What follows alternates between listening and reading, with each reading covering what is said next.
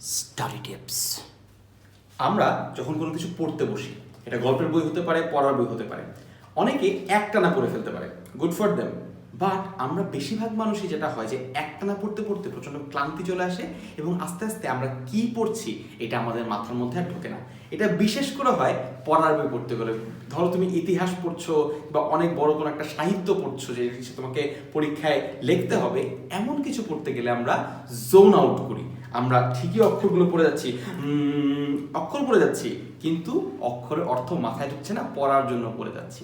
এটার জন্য সবচেয়ে ইফেক্টিভ যে স্ট্র্যাটেজিটা আছে সেটা হচ্ছে read, rest and read again. খুব সিম্পল একটা সাইকেল। তুমি প্রত্যেক 1 পৃষ্ঠা বা 2 পৃষ্ঠা পড়ার পরে একটু রেস্ট নাও। কিভাবে করে নিবে?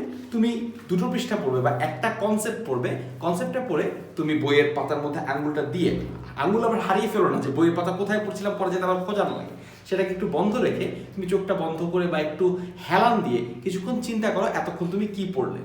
এখানটাতে ছোট একটা হ্যাক আছে।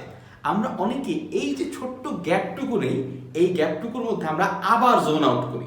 তুমি পড়ছো স্টুডেন্ট হ্যাক্স বা তুমি পড়ছো পানিপথের যুদ্ধ, তুমি 2 পৃষ্ঠা পড়ার পরে তুমি বন্ধ করে বলে কালকে PS4 কি জানি গেমটা খেলছিলাম, আগামীকালকে কই জানি যাবো, এই আচ্ছা ওই পার্টিটা কেমন হবে।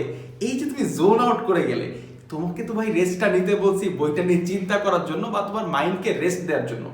এর মধ্যে তুমি যদি যাবতীয় জাগতিক চিন্তা ভাবনা শুরু করে দাও, তাহলে এই যে বইটা তুমি এতক্ষণ পড়লে ওইটা রিটেনশন হবে না। মনে রাখবে, রেস্ট নেওয়ার উদ্দেশ্য কিন্তু এতক্ষণ যা পড়েছো সেটাকে তোমার হার্ড ড্রাইভে সেভ করা। অর্থাৎ এর মধ্যে তুমি যদি অন্য জিনিস চিন্তা করো, পড়া ছেড়ে উঠে চলে যাও, বিস্কুট খেতে যাও, একটু নিচে খেলতে চলে যাও এবং পড়াশোনা বাদ দিয়ে একদম চলেই যাও, তাহলে কিন্তু আবার তোমার এই রিটেনশনটা হবে না। একটা নির্দিষ্ট সময় পর পর রেস্ট নিবে, রেস্ট নেওয়ার সময় পড়াটা নিয়ে চিন্তা করবে, আর না হলে মাথাটাকে একটু এবং চোখটাকে একটু আরাম দিবে।